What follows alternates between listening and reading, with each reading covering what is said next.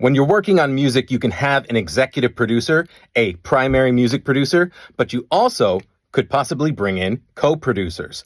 Let's just say I'm Quincy Jones and I'm producing this record for you, but then there's a song and you know what? You were going for a Latin feel or you were going for a rock feel, and maybe my specialty's pop.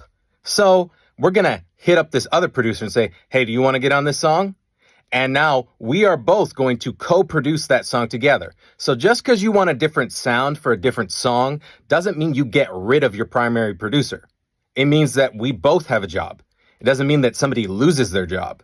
So you keep your primary producer, but then you also bring in a co-producer. And then those two producers put their heads together, and then you get that kind of result of them both working together.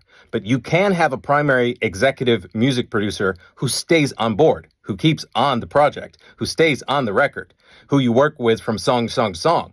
If you want to mix it up, this is an EDM track and my primary genre is pop. That's okay. The pop producer and the EDM producer can work together and co-produce the song.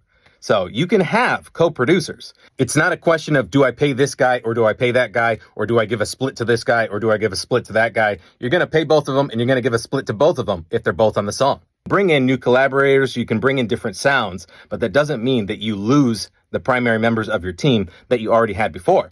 And then your music stays more consistent.